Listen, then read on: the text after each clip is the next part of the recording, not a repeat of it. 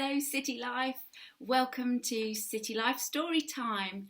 I'm here today with Sparkly Dog and I've got a brilliant story for you because this month we are continuing to look all about Jesus' presence and what a difference it makes.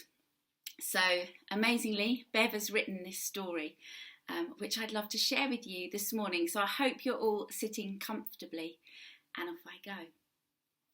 This is called The Pallbearer's Story, and all will become clear. It was a dark day in our village.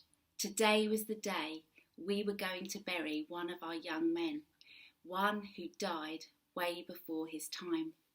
He'd been lying in the family home for a few days so all the villagers could pay their respects. He was a friend of mine, and his mother asked me to be one of the men carrying his coffin to the burial ground. I was honoured to be asked, but it was going to be a tough day, emotionally and physically. I felt so sorry for his mum. She'd already lost her husband some time ago, and now her only son was gone. How was she going to cope on her own? How would she bring money into the home? Her future was bleak, and she would face it on her own. We're a tight-knit community here in Nain, and we do our best to help her, pop in on her, take her the odd meal, but it's not the same, is it? Poor thing, her face was full of grief and pain, and the tears, they were just running freely down her cheeks all the time. The cockerel crowed, and the people of Nain got up, dressed in their mourning clothes, ready for a funeral, and they gathered outside the family home. The pallbearers would take the body from the house, carrying it slowly through the village streets to the cemetery. Everyone would follow behind, and you would be able to hear a pin drop, but for the quiet sobs of women, his mum especially. I arrived in good time, and with 5 other friends, we lifted him onto our shoulders. He lay in the open coffin, wrapped in white sheets, perfectly asleep. No longer the strong lad he had been, the life and soul of every village feast and festival, a kind, likeable soul with a heart of gold and a caring, dependable son. Oh, how his mum was going to miss him. We all were. We walked on to where the villagers murmured among each other, waiting to follow us on our friend's last journey through the streets of Nain. A hush fell upon us all, and we set off together, us carrying the coffin at the front, his mother behind us looking small and frail, and the villagers behind her. Unusually, there was suddenly the sound of a crowd of people entering the village, hustling and bustling along noisily until they spotted us, and then they fell quiet, out of respect. They parted to make a way for us to move through them, heads bowed low. All except one of them, who was looking intently at us, especially at the grieving mother of the one that we carried. I noticed that his eyes were full of tears.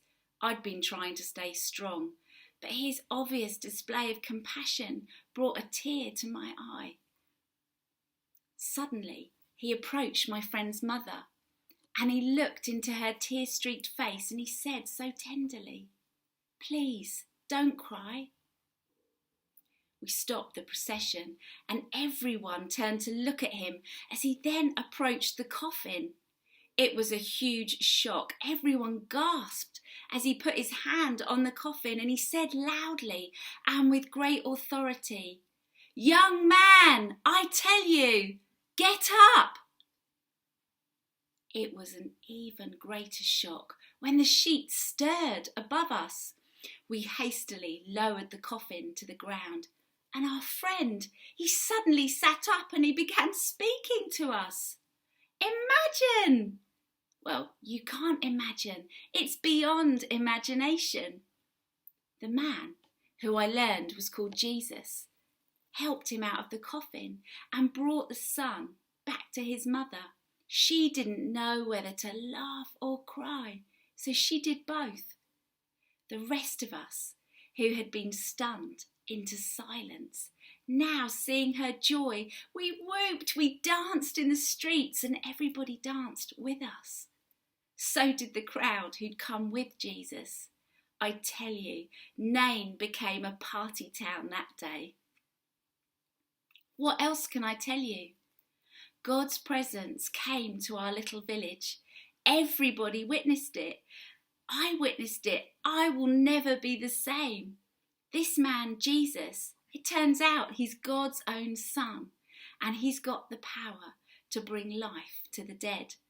I've never seen anything like it, but I know what I saw, and all I can do from here on in is let as many other people know as possible that Jesus cares and he's got the power to save and raise the dead.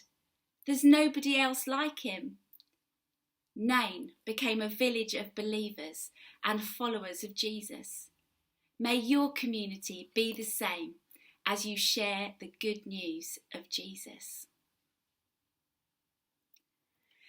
Wow, what an amazing story of the difference that happens with Jesus' presence. It's amazing, isn't it?